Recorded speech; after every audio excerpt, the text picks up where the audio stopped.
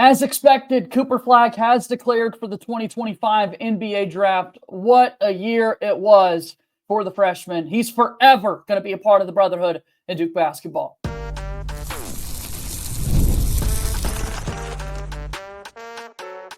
You are Locked On Blue Devils, your daily podcast on the Duke Blue Devils.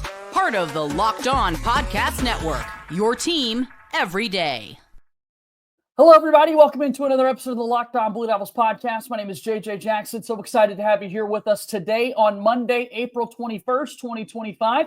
Hope that everyone had a very fun and exciting Easter weekend with friends and family. Glad to be back with you here as we begin a brand new week here on Locked On Blue Devils, your daily podcast devoted to everything going on inside the life of Duke athletics. Today's show, we got to talk about Cooper Flagg making his NBA draft declaration. He's off to the league, as is Tyrese Proctor, Connelly. Those guys have made their decisions to start their professional career. So we'll dive into that with our good friend Kevin Connelly from Ball Durham as we go throughout today's show. If you have not done so already, please be sure to follow and subscribe to Locked On Blue Devils for free wherever it is that you get your podcasts. Be sure to leave us a 5-star rating and written review. Go ahead and like our videos when you watch them each and every day on YouTube. A special shout out to our YouTube community. The numbers have been going crazy as of late on YouTube and really do appreciate your support over there. Make sure that you subscribe to our YouTube channel, though. That's the most important metric that we're looking at and really do appreciate all the support that we have. So without further ado, Kevin Connelly is here with us on the program today. And the big news, the expected news, it has finally happened. The main event is heading off to the NBA. Cooper Flagg has declared for the 2025 NBA draft. I hope you're doing well on this Monday, Kev. I am, JJ. Thanks for having me. I think this was the easiest slam dunk even before we ever played a game at Duke. And I know people tried to convince themselves when he said, and I'm paraphrasing, in a perfect world, he'd love to come back to Duke for another season. But we all know that wasn't the case. He's going to be the number one overall pick. He turned in maybe the best freshman season in Duke history. Certainly one of the best freshman seasons in college basketball history. I don't think it is the best season in college basketball history just because it wasn't capped off with a national championship. And I'm sure we'll get into that a little bit later on. I still think Anthony Davis and Carmelo Anthony's seasons were better because they capped it off as the last one standing and cutting down the nets at the end of the season. But nonetheless, I mean, what Cooper Flagg did as a Duke Blue Devil, I don't know if we're ever going to see it again or how many times we're going to see it again, leading the team in points, rebounds, assists, steals, and blocks. Every statistical category he was the leader in. And rightfully so. He came in with a lot of hype. He left with even more hype, and he's still going to be the number one overall pick in June. Yeah, shout out to Cooper Flagg for the year that he had and just how much fun he had playing Duke basketball. I'm thinking about, all the fanfare and the talks about, what does the second year look like? Oh, it'd be amazing to have him back for one more year. And right now, I've got the replay in my head right now, Kevin, of him checking out of the game for the final time inside Cameron Indoor Stadium at the end of the regular season. The crowd is chanting one more year. The crazies are getting into it. And you can see Cooper having some fun, saying, run it back, having just enjoying that moment, soaking it all in. Obviously, that was a far-fetched dream. This dream is greater for him. He's going to get the opportunity to go and be the number one pick. But to your point about the greatest seasons that we've seen as a freshman in college basketball, you still can only use one hand to count the number of freshmen who have earned the Wooden Award, who have earned the Naismith Award when the year came to a close. And Cooper Flagg's one of those guys. No, 100%. He was the best player in college basketball this season. I know for most of the season, it was a really tight race between him and Janai Broome. And I think despite injuries, and I know Broome missed, I think, a game or two or whatever, but it was still Cooper Flagg. He was the best player. And I know in the final rankings, Duke wasn't number one, and they were number one going into the postseason. But I still hold the belief that Duke was the best team in the country this year. They just didn't win the national championship. And that happens in this sport when it's a 64-team single elimination tournament. The best team does not always win. I think that throughout the course of the season, I thought we started to run out of things to say about Cooper Flagg and just how good he was and how transcendent and generational he was. And now I think it's going to be interesting to see how much, at least in the public eye, he does of the pre-draft process. I can't imagine he's going to do much at the combine, with the exception of measurements and all that good stuff. He'll have workouts for 2, maybe 3 teams, and that might even be pushing it, depending who wins the draft lottery. I mean, he'll work out for the team that has the number 1 overall pick. Does the number 2 team even bring him in? Would the 3rd team even bring him in after that? So I don't know how much of on the court basketball you're going to see from Cooper Flagg until the summer league. And then even, I mean, let's call the summer league what it is. After a game or two, you're seeing some of these top picks get shut down by their teams saying, all right, you did enough, like no reason to risk any injury out there. So I think it's going to be interesting to see how much basketball we even see Cooper Flagg play between now and the preseason of the NBA season. Yeah, not too much to worry about if you're Cooper Flagg, because even if you don't do all these things like we're talking about, it often brings up the big NFL draft conversations with quarterbacks. What are they going to do versus not do for these scouts and whatnot? Cooper Flagg solidified. He's going to be that top pick. He's going to be that top guy. Now he's earned the right to go on and play at the next level. You talked about, it felt like very early on in the season, we were running out of things to say about Cooper Flagg and the success that he had. And here I am trying to task ourselves with doing it again, Kevin, because it was just such a crazy year that you just run out of things to say about how great this guy was, about his impact on winning that he had, about his family being so bought into everything that it meant to be a part of this Duke basketball team, about Duke stars in the NBA coming back to, support him and that sort of thing. Guys at the NBA level with no ties to Duke are already talking about Cooper Flagg. I mean, the basketball world in itself is well aware of this guy, and it's awesome to see the Duke basketball world fully embrace him. It's kind of crazy when you think about it. So had Cooper Flagg never attended Duke and you were allowed to go to the NBA right out of high school, like he probably would have been the number 1 pick in last year's draft, the 2024 draft. And then I was talking with somebody the other day, and we're talking about, how many good prospects there are in the 25 draft and what looks like the 26 draft as well. And I was like, I wonder who the number 1 pick would be if Cooper Flagg and AJ DeBonsa were in the same draft. Yeah. And it was a fun little debate we had, and kind of like we kind of agreed we think it would be AJ, just because like Cooper Flagg it has all the things of being a star in the NBA and could elevate to the level of superstar. But like, look at a guy like AJ DeBonsa, and it's like he could be a superstar right from the jump. Like it's funny to break all these things down and how many good young players are going to be in the next couple of drafts. And obviously, like Cameron Boozer, I mean, before AJ DeBonsa kind of reclassed, and remember Cooper Flagg and Cameron Boozer were both in this recruiting class. And like they were the debate, like who is the number 1 pick? And then Cooper reclassifies, AJ reclassifies. So I know it's tough to keep up with all these top prospects and what they're going to do at the next level. But it's certainly for Cooper Flagg, we saw it going back to last summer when the reports and the videos came out of what he did against the USA men's basketball Olympic team. So it seems like even before he played a single minute of college basketball, he was ready for this moment to play with the pros and play in the NBA and go up against the best in the world. Which is why in that regard, I would favor Cooper Flagg. And that's just because we've seen more of him. I'm excited to certainly see a college basketball season of AJ DeBonsa play out to see kind of if he can live up to the hype, much like Cooper Flagg has so far this season. So he's off to the NBA. A couple of other Duke guys have followed suit and made that decision. We'll talk about the impact of the Duke roster and so much more when Locked On Blue Devils continues here in a moment. Locked On Blue Devils here today is brought to you by our friends over at Supply House. Get the supplies you need from the site made for the skilled trades, Supply House. Whether you're in plumbing, HVAC, or electrical work, Supply House is the reliable way to order products online.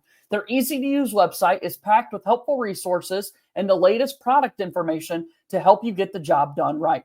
Plus, with a complete inventory of over 200,000 parts from 400-plus top brands, you'll find exactly what you need delivered fast from coast to coast. Do you need help with an order? Supply House offers expert support and industry-leading service, so you'll always talk to a real person. And for trade pros looking for an extra edge, their free Trade Master program offers exclusive perks like a dedicated phone line, free shipping, and discounts on every order. Thousands of skilled professionals are already taking advantage. Now it's your turn. Join the Trade Master program today at supplyhouse.com/TM and start ordering plumbing, HVAC, and electrical supplies with just a few clicks. Plus, use promo code SH5 for 5% off your first order. That's supplyhouse.com. Supply House is a proud sponsor of Locked On Blue Devils. Cooper Flagg is heading off to the NBA. Kevin Connelly from Ball Durham is here with us. He has declared for the 2025 NBA draft, talking about Cooper Flagg, that is, in the lone freshman season that he had for this Duke basketball team. Excited to see what he's going to be able to do at the next level. 3 weeks from today, Kevin, is that NBA draft lottery. We will see which NBA franchise gets their entire world kind of turned around, knowing that they get the opportunity to capture the flag, raise the flag, and kind of bring the main event to them. No, and I think, last year's draft lottery wasn't as exciting, kind of what we just talked about, because there wasn't that big can't miss prospect. But even throughout this draft, and we've talked about it a couple times throughout the season, Cooper Flagg, Dylan Harper, Ace Bailey, VJ Edgecombe, there are a lot of what feels like franchise-changing talent in this draft. So yes, the team who gets the number 1 overall pick is going to be thrilled because they win the Cooper Flagg sweepstakes. But I think as long as you're inside that top 5, you have a chance to land a really good and impactful player. Probably going to be young because it feels like the first 5 picks could all be freshmen. But certainly there's a lot of talent in this year's drafts. Excited to see what he's able to do at the next level. Thinking about Cooper Flagg's year for Duke, we talked about just his impact on winning and being able to do a little bit of everything. As we go throughout some of the best moments and memories throughout his freshman season, plays or games or anything in particular, what are some of those first things that come to mind for you, Kevin? Oh, man. I think the first thing is the dunk against Pittsburgh in Cameron. I think that was like unbelievable. I can't say it's like the welcome to the college basketball moment because like it was mid-January game, late January game. So but that was a moment. The 47-6 game against Notre Dame. That was incredible. You're trying to think of more of those like big pop out, standout moments. I think those are the two that come to mind first for a whole lot of people, for sure. The game against Illinois in the Garden, especially kind of what he did late in that game when Duke won by what felt like 100 points. Yeah. So and then you think about it, like he didn't have an ACC tournament. The NCAA tournament, like he had his moment and didn't make the shot, and even if it should have never have come down to that in the first place, you look at that 3 he hit in the corner that what did that push the lead back to 9 with 2 minutes to go? You thought that was the dagger. People are going to look at the turnovers against Kansas, Kentucky, Clemson, the missed shot against Houston.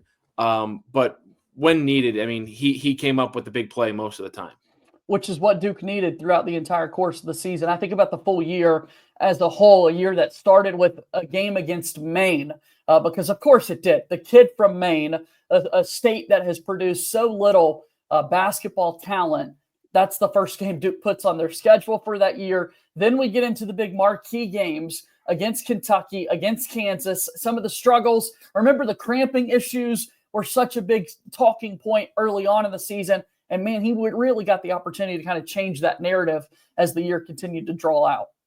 Yeah, it's kind of funny. It feels like these recent big-time players at Duke have all dealt with cramping. Go back to Paolo Banchero and what he had to deal with a couple of years ago at the beginning of the season. He was as good of a player and as good of a prospect that Duke has seen in a long time. I think he was a better prospect than Paolo Banchero, even though he's become a star now in his young NBA career. I think he's a better prospect than Zion Williamson too. And people have kind of detailed that because with Zion Williamson, you always had that fear of injury because his biggest asset was playing above the rim. And when you spend that much time above the rim and in the air, you're prone to more injuries. And given the way he plays and the size he is, I think Cooper Flagg is much more of a sure thing than Duke's last 2 number 1 overall picks in Paolo Banchero and Zion Williamson. Yeah, no, he's definitely a sure thing, and I'm excited to see him continue to play at the next level and see what that looks like. So kind of pivoting the discussion a little bit to the Duke perspective in all of this. Again, this is the outcome that we expected. It was the outcome we expected when he came in a year early, when he reclasses. Like, this was a guy you knew that would be a one and done type player. But looking at Duke specifically, what is the big impact on this going into next year's squad? And Kevin, the first thing that comes to mind here is that this officially solidifies the fact that Duke's primary scoring option, their best player, has changed. Like, he's not coming back for next season. And now when you look at an offense, a focal point, a cog defensively, all of that will shift and change now that Cooper Flagg has left. That's kind of the big impact I see on the Duke side of things with this decision. Well, of course. And a freshman's going to take a spot. Yep. And Cameron Boozer now steps into that role. And I know Caleb Foster's coming back, and right now it's trending like Isaiah Evans is going to return too. And Pat Gongba is still around. But, the focal point of Duke next year is going to be Cameron Boozer. And I think until someone tells you otherwise or you see otherwise in videos and whatnot, that is going to be the case. So it's certainly a big hole to fill, a big void left on your roster. It's big shoes to fill for Cameron Boozer. But he can't do it all himself. And I think not to say Cooper Flagg did it all himself, because there was still a really solid team around him. But I don't think you're going to see Cameron Boozer lead Duke in scoring, in rebounding, in assists, in steals, and in blocks. Yeah, no, that's really going to be difficult for anybody to do. Don't think that Boozer's bound for that. I do think he's bound to have a really big year, but that's kind of the big impact I see with this Duke basketball team with Cooper Flagg exiting. All right, a couple of other news and notes that we want to get into with this Duke basketball program, and we'll continue that portion of our conversation when we come back here in just a moment on Locked On Blue Devils. Locked On Blue Devils here today is brought to you by our friends over at Game Time. That's right. There's nothing like the atmosphere of an NBA playoff game. How awesome was it watching those games this weekend? Every bucket, every defensive stop, every moment just feels huge. It's electric in the arena, and with Game Time, you could be part of it without the stress of last-minute ticket hunting. Game Time makes it fast and easy to get playoff tickets, even when demand is sky high. Prices on the app actually go down as tip-off gets closer, and their last-minute deals can save you up to 60%. I love Game Time because you could save up to 60% off buying those last-minute tickets for sports, concert, comedy events, theater shows, and so much more. Go ahead and take the guesswork out of buying tickets with Game Time. Download the Game Time app, create an account, and use code LOCKEDONCollege for $20 off your first purchase. Terms apply. Again, create an account and redeem code LOCKEDONCollege, LOCKEDONCOLLEGE for $20 off. Download Game Time today. Last-minute tickets, lowest price, guarantee. Game Time is a proud sponsor of Locked On Blue Devils. Okay, we conclude today's episode of Locked On Blue Devils here with our guy Kevin Connelly from Ball Durham. Kevin, you and I were on the show together on Friday, having a conversation Friday morning. We're talking about the big news late Thursday evening with Shelton Henderson decommitting from Duke basketball, kind of the impact of that and what it meant. As we were talking, we were discussing that, it seems likely Tyrese Proctor is headed off for the NBA. And it was Friday evening when that news became official. So we haven't got a chance to officially talk about this and let the world know that after 3 seasons, Tyrese Proctor's time in Durham has come to a close. He's off to start his professional career. Couple of strange news dumps from Duke in terms of these announcements. Typically, they build them up and they put them kind of in like a prime time, early or late morning, early afternoon time slot. But like Caleb Foster's return getting dropped on a podcast that gets released at 6 a.m. on a Thursday, and then on a Friday night at 8 o'clock, Tyrese Proctor's news dropped that he's going to the NBA. But kind of what you said and what we discussed last week. It had been trending this way kind of for the past couple of days. I know there were some varying thoughts on what he was going to do once the season ended. It felt like he was going to go to the NBA. And then as he's waiting for some evaluations to come in and that process to unfold of where NBA people see him, it was like, well, if he doesn't get that good of grades or reports, the likelihood is he would come back. But those reports did come in positive. So hopefully that does mean he is going to be drafted and he is going to get a chance to compete for a spot on an NBA team and an NBA franchise, even if that means playing in the G League. So, kind of crazy 3 years for Tyrese Proctor. He's seen the ups and the downs. He's been through a lot of highs. He's been through lows. And he's kind of been the right-hand man for John Shire. So I think it's going to be a big-time adjustment for John Shire to try to coach a team without Tyrese Proctor being on the floor and having him kind of be that rock out there as the point guard for this team. He's a big, tall guard. He shot it well from three-point range this past season. I think obviously when you look at him at the next level, teams will likely want Tyrese to put on a little bit more muscle in the upper body and be ready to go at it night in, night out. But defensively, he was tough as can be on that end of the floor for Duke. And who knows, he is going to be putting in a little bit more work in the draft process like we talked about than Cooper, though, right? Because he's not as surefire in terms of when he is selected. But maybe if he goes on this crazy type run, you could see Tyrese Proctor go on and compete for a late first-round pick or earlier in the second round to be selected and start his NBA career. We're old enough, Kevin, and have a good enough memory to recall when Tyrese Proctor came back for his sophomore season, Woj was tweeting out to the world that this is a likely lottery pick in the following year's draft. It's fallen off a little bit for Tyrese Proctor, but it's pretty clear that NBA circles, he's been viewed pretty highly in the past. No, it certainly seems that way. And you know, he has good size. He can shoot it. You saw what he did the first weekend of the NCAA tournament from three-point range. And I think as an NBA player, that's what he's going to have to do. I think he's going to be more of a shooter than a prototypical point guard. And I guess that doesn't really matter in this era of NBA basketball because everybody has to be able to shoot it, no matter if you play point guard or if you play center. Like you got to shoot it. You got to shoot the 3-point ball.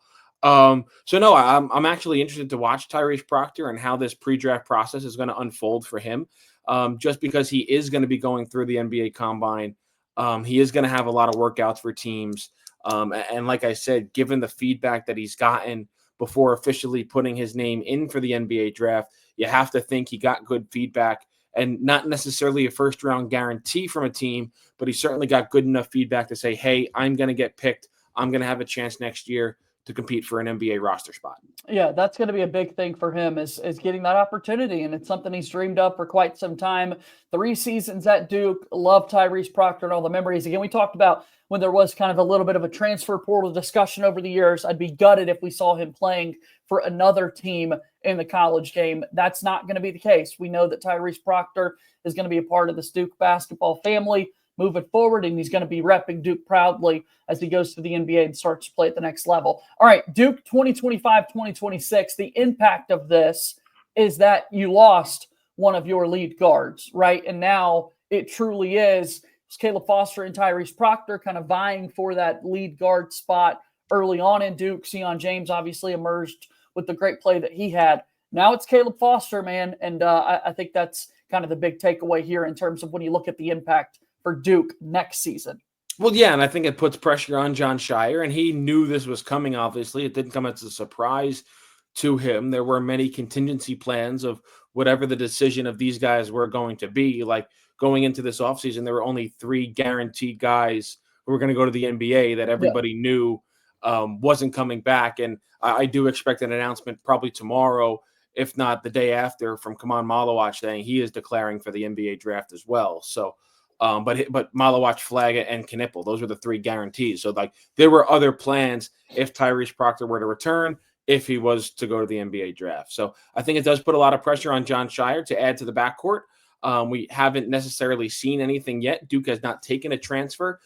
Players can only put their name in the transfer portal until midnight tomorrow night on Tuesday. The transfer portal then closes unless there was a coaching change at your school. Then it's 30 days from when that coaching change occurred. So, I think Duke has to add definitely 1, maybe 2 pieces in the backcourt.